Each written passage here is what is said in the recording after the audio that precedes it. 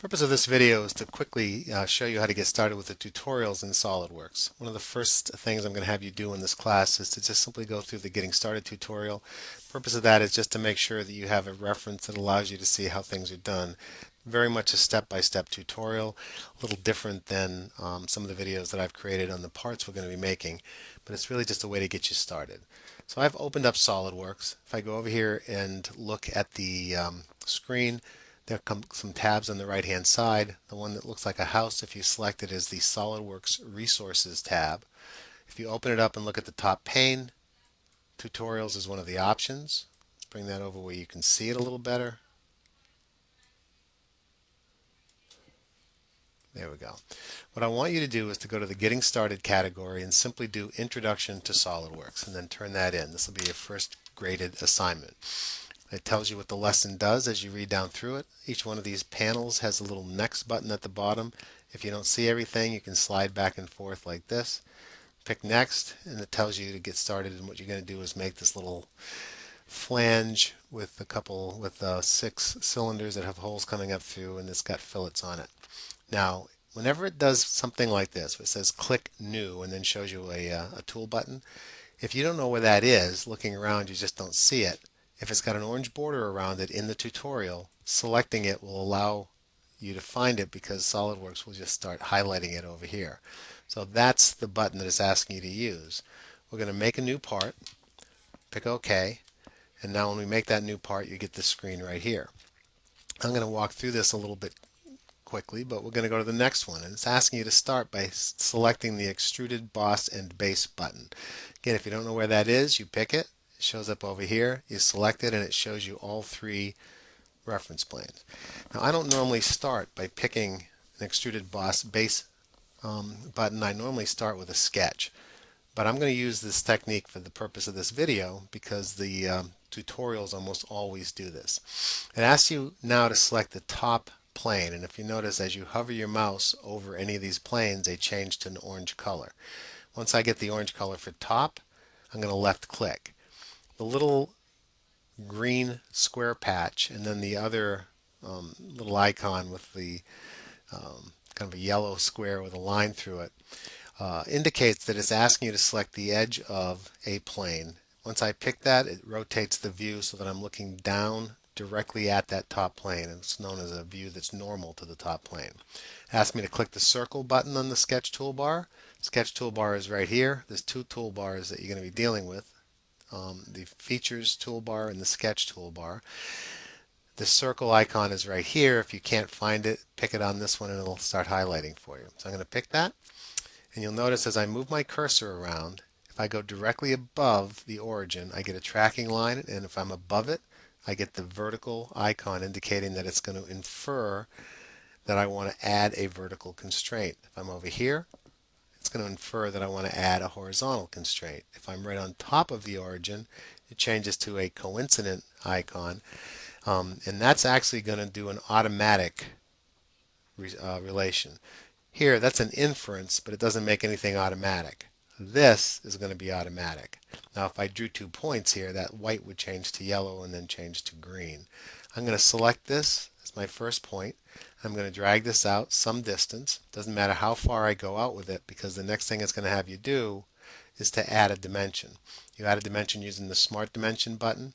If you don't know where it is, pick it here and it shows up over there. Pick it. Don't worry about the format of this dimension. It doesn't make any difference. This has nothing to do with the way the drawing we're going to do will be placed. It doesn't have to look like it does on the other side. Just place it, type in 128, and now you have a fully defined circle.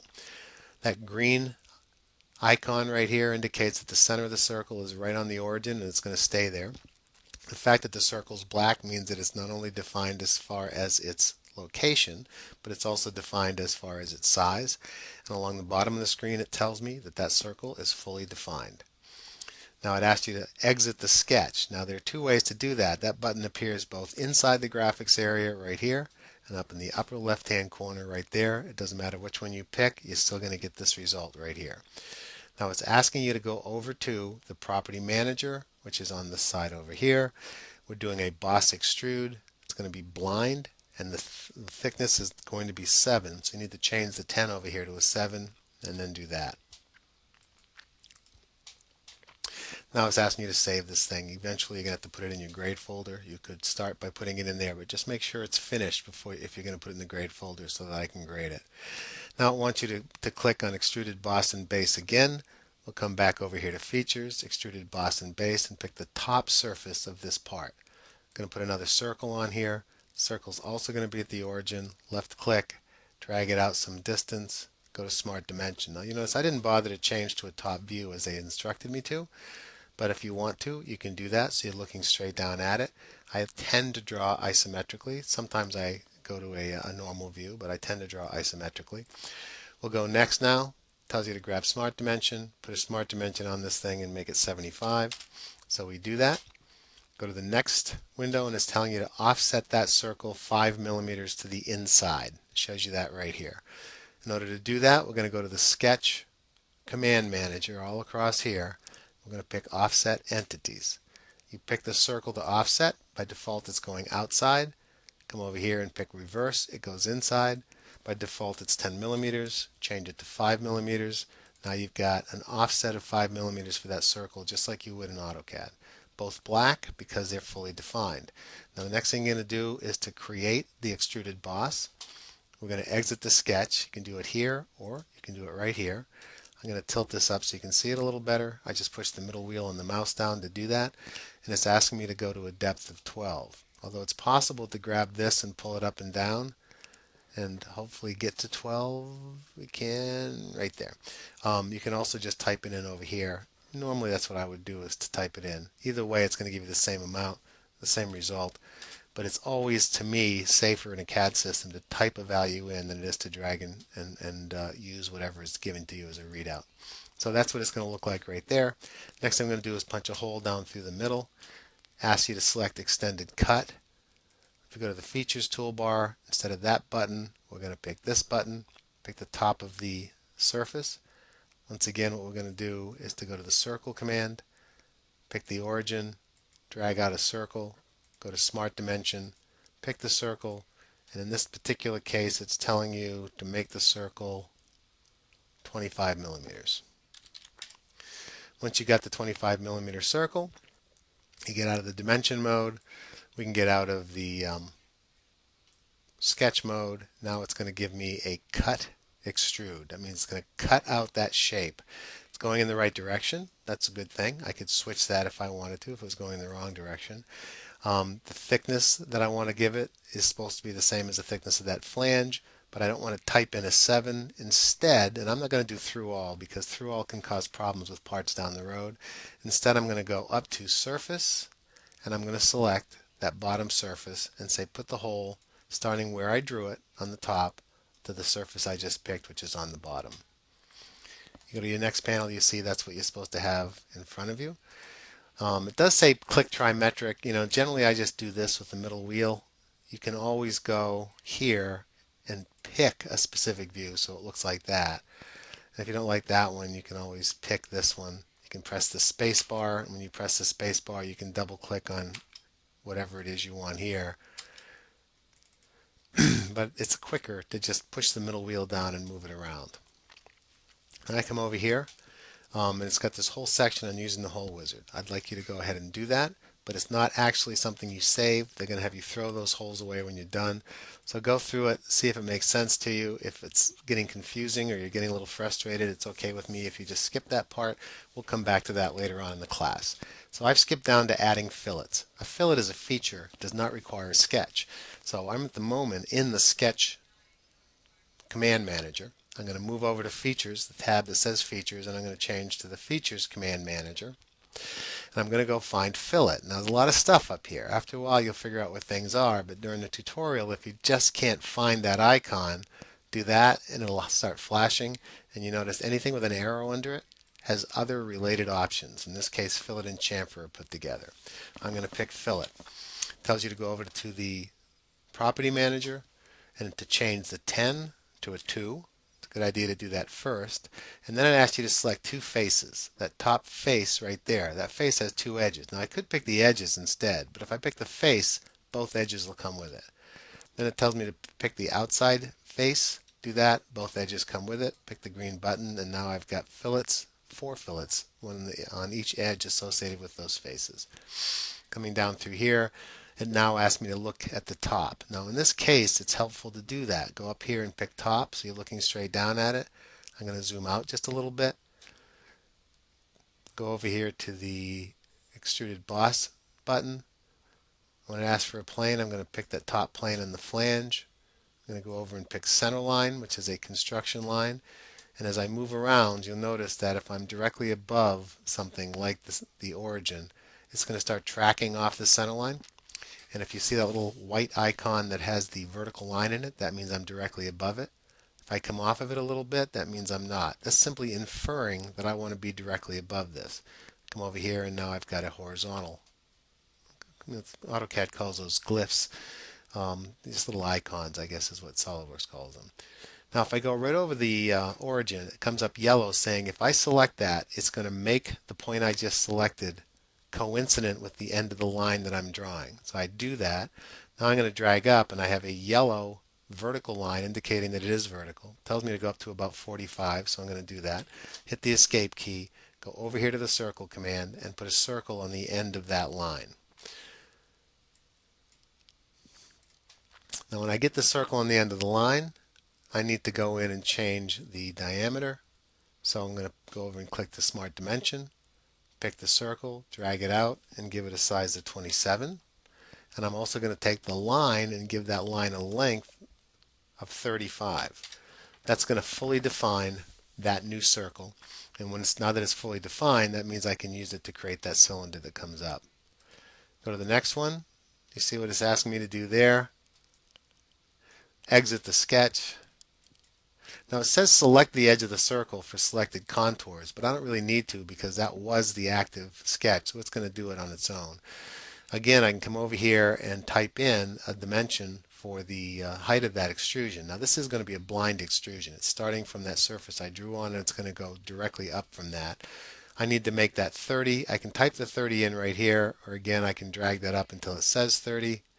But even though in this case that would be accurate, one, it takes me a little while to get in on it, but I don't trust this because that might conceivably in some cases end up when you have a number like 33.00. Maybe it's 33.002, in which case it would not be exactly 33. So I'm going to recommend that you always type in those values and not use that little slider. Now we go to the next piece, and we're going to put a hole down through that cylinder. To put the hole down through that cylinder, you can either go back to features and pick extruded cut, or you can start by just saying let's sketch a circle. Where? On that top surface. Now where you're going to put that circle, I want it to have the same center as a cylinder.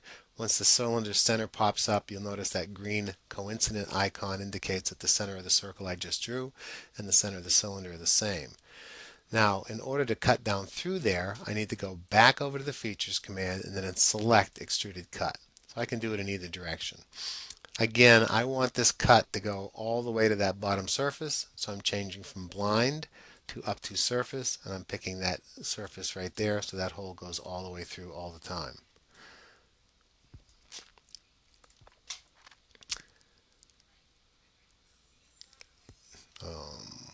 Apparently I never did dimension that, did I? Let's go back and do it. Now the fact that I didn't dimension that hole right there is why I have a little negative sign. I'm going to right click on this and edit it. Go back to Smart Dimension. I'm going to pick that, bring it out, make it 15. Now it's fully defined, and you'll notice that little negative mark has gone away over on the left. Every one of your sketches has to be fully defined. Every one of mine does as well. So now we've got hole down through there. Now we're going to go over here. Now in this next one, it's telling you to change the visibility so that instead of looking like a shaded view with edges, it looks like a open view with hidden lines. And they're doing this because they're going to ask you to pick that edge right there and this edge, no, this edge right here. And right now they're thinking it's going to be easier for you to do it using the hidden view. I never use a hidden view. I almost always draw in the shaded without edges view because things go a lot faster. But the fact is you don't need hidden in order to see those edges. So what we're doing here is putting a fillet in. And the fillet we're going to put in has a size of 2 millimeters, same as the last one. So we'll go back over here to fillet. 2 has already been set, and I'm going to pick the edges they asked me to pick. This one, and you notice I can pick it right through that part, this edge right there, right through the part, and the hole at the bottom, right through the part. So I don't really need to have that be hidden, and that's what I normally do when I'm drawing. So now I come over here, my fillets have actually been placed, and the next thing I'm going to do is to array those cylinders so that we have 6 of them. Now it's asking you to view temporary axes. You don't need to do that anymore. I think they just haven't highlighted or haven't updated the video for that. The tutorial for that. But you can go through the steps exactly the way they show them if you want. What I'm going to do instead is go up here to linear pattern, pick the arrow, go down to circular pattern, and for the parameter that you would normally pick the axis of rotation for, I'm simply going to pick that whole hole. It's going to make the axis of that hole the axis of my rotation. I need 6 of these things, so I'll type in the 6. I want them equally spaced. And then under features, I want to pick all 3 things that I just created. I can actually pick those here, including all the fillets and the whole thing, but it's much easier sometimes to open up the property manager, which shows up inside whenever the property manager pane is being used. And I'm just going to select one at a time, the boss extrude, the cut extrude, and the fillet. Now, let me just kind of move those out of the way. Takes a little getting used to because those are often sitting right on top of other things, but I kind of like it. So now I'm going to come back over here, pick that, and I've got this thing all arrayed with all the things that I want, including the fillets, etc. So they're all in a pattern now.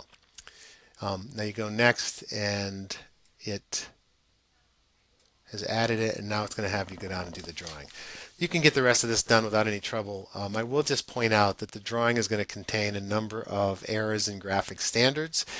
A couple of them just because SolidWorks seems determined to make as many errors as possible with graphic standards, and part of it is because they're using the ISO or the international standard where dimensions are aligned with each other. Don't worry too much about how it looks. The idea here is just to get a sense of how you create a drawing from a part and the fact that the drawing itself is driven by the part. I'm going to stop it here, produce this and put it in the folder. Again, when you get all done with this part and with that drawing, put both files in your grade folder in a folder called Tutorial 1. In other words, the file for the part and the file for the drawing should be in the same folder.